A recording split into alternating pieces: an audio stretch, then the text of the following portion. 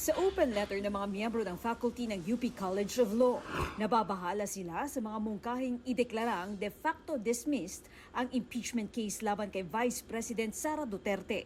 Hindi raw suportado ng ebidensya at saligang batas ang mga itinadahilan kung bakit dapat i-dismiss ang impeachment. Panawagan nila, hayaang lumantad ang katotohanan. Dapat anilang tuparin ng Senado ang tungkulin nito sa saligang batas na ituloy ng walang pagkaantala ang impeachment trial.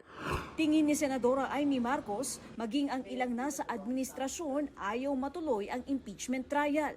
Ang duda ko, hindi lamang ang sinasabi o tinatawag na mga Duterte ang interesado sa pag-dismiss. Ang pakiramdam ko, mismo ang administrasyon ay may mga grupo na nagsasabi na wag nang ituloy at baka mapahiya lang sa numero. Ang hinahanap ngayon ay yung remedyo or sabi nyo nga, I mean, solusyon para Yeah, hindi, may parang walang solusyon. mapapahiya sa Ewan ko situation. yun lang ang pakiramdam ko. Ilang bersyon na raw ng resolusyon para ibasura ang impeachment case ang nakita ni Senadora Marcos. Hindi lang ang kay Senador Bato de la Rosa. Yung linabas sa media, parang ika-2 na yata yun. Tapos mula noon, meron pa akong nakitang iba. 2 pa yata.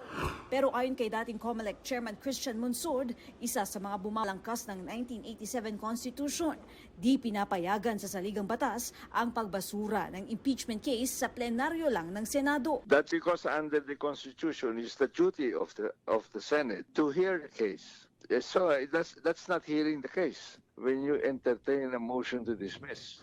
At kahit pa raw may mga senador na nagsasabing di pwedeng tumawid sa 20th Congress ang impeachment, kung talagang i-dismiss ng Senado ang impeachment sa plenaryo, pwede raw itong idulog sa Korte Suprema. Hininto nila o dinismiss nila yon, may abuse of discretion yun. The House or anybody, the people, can go to the Supreme Court and say that the Senate's abusing its powers. They don't have that power. The duty is to hear the case. Giit naman ni Senador J.V. Ejercito, walang hakbang para pigilan ang impeachment trial. We are duty bound, as I mentioned, to go through it. No? So matutuloy yan. Hindi naman I don't think there's an attempt to derail or to stop. Sa kasaysayan natin, isa itong natatanging pagkakataon upang pag-usapan ng malaliman at mabuti kung ano yung talagang mahalaga sa ating pamahalaan. Good governance, accountability, at hindi yata akma sa purpose ng impeachment ang kanyang pag-dismiss na wala man lang naririnig na isa pang testigo o nakikitang isang ebidensya.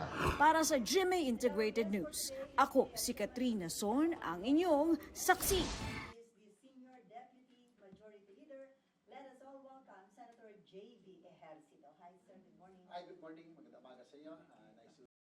Mga kapuso, maging una sa saksi. Mag-subscribe sa GMA Integrated News sa YouTube para sa iba't ibang balita.